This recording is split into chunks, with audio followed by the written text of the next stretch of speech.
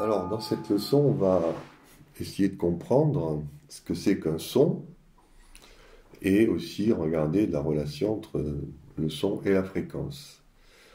Donc, on va prendre un son qui a une fréquence donnée. Donc, je vais prendre la fréquence du diapason industriel, 440 Hz, qui correspond à la note La.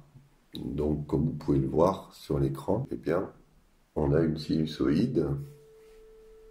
Et puis, vous entendez cette variation périodique de la pression dans l'air génère une note de musique qui correspond ici à la note La. Ensuite, on va jouer la même note, mais à l'octave. Donc, on va doubler la fréquence et on va passer donc à 880 Hz. Voilà, on remarque que le son est plus aigu. Et on voit aussi sur le dessin de la variation de la pression qu'on a beaucoup plus d'oscillations. On dit que la fréquence est plus élevée.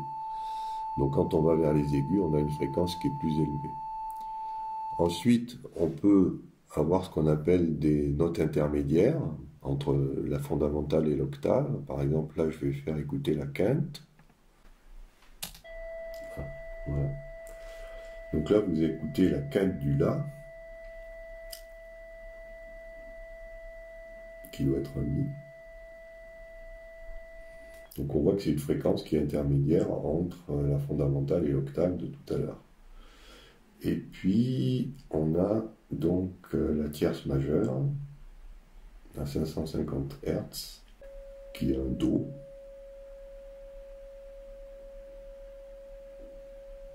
Donc il y a une fréquence encore un petit peu plus basse. Donc on voit que plus la fréquence augmente, plus le son devient aigu, plus la fréquence baisse, plus le son devient grave. Et puis on peut aussi jouer les 5 sons à la fois, à tous les sons.